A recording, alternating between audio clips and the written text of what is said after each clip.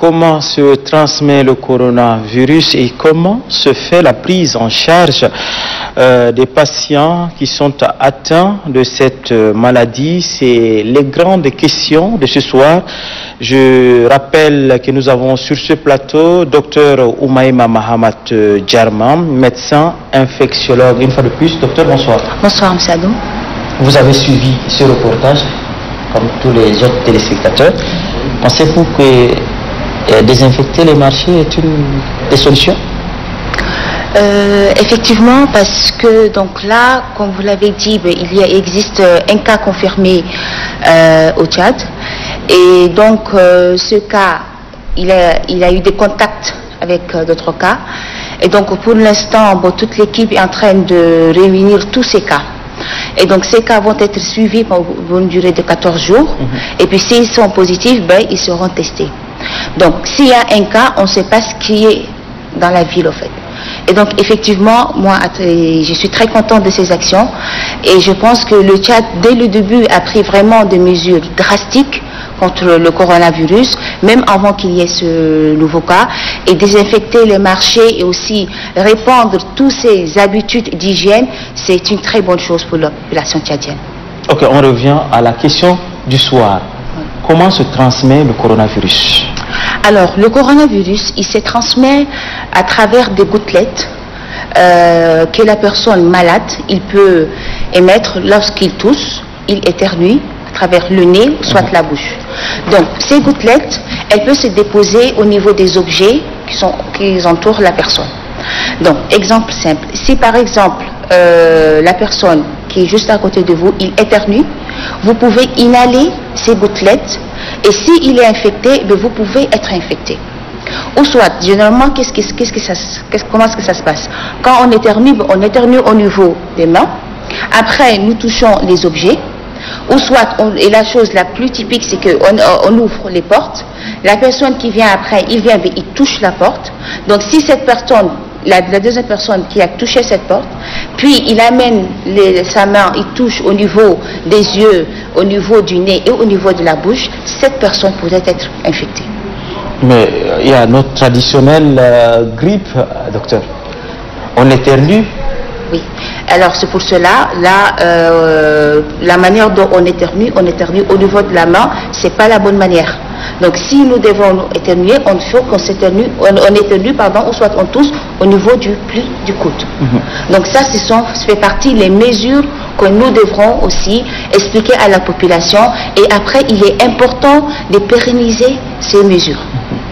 Ok, maintenant, s'il y a un cas, comment se fait donc la prise en charge de ce patient?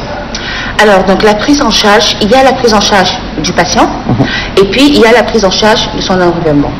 D'accord. Donc déjà, je rappelle que les signes cliniques du coronavirus, donc ce sont les signes d'un syndrome grippal, c'est-à-dire l'écoulement nasal, la toux, la fièvre, une irritation au niveau de la gorge, les éternuements, et ainsi de suite. Mais les 5 signes sont les signes les plus fréquents. Donc, si la personne réunit tous ces signes? Oui, alors, je n'ai pas fini. Donc, tous ces signes doivent survenir dans un contexte qui est bien défini. C'est-à-dire, cette personne, ou soit il vient d'une zone touchée par le coronavirus, ou soit un contact qui est une personne qui était en contact avec une personne qui est confirmée pour le coronavirus. C'est pour cela qu'il est important, dès qu'il y a un cas, il faut identifier tous les contacts qui ont été en contact avec le patient, avec la personne confirmée, les identifier et les isoler pendant 14 jours et les surveiller afin de rompre la chaîne de transmission. Ok, mais il y a ce constat qu'on a fait, le coronavirus se transmet ou se propage très rapidement. C'est dû à quoi? Alors justement, ça c'est dû par sa mode de contamination, donc c'est par gouttelette aérienne, et aussi par la contamination d'une manière manuportée, c'est-à-dire cette contamination, elle peut se faire de main à main.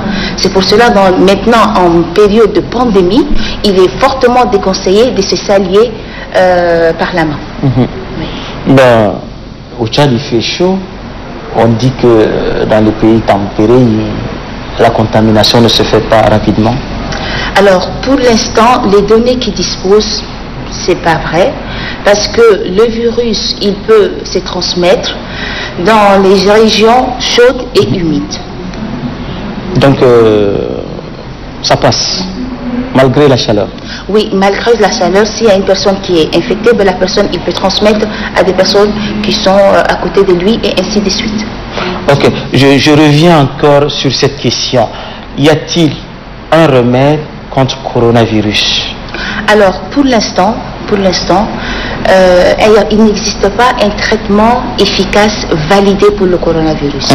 Il y a des études qui ont utilisé des médicaments qu'on les connaît très bien et qu'on utilise déjà pour d'autres pathologies.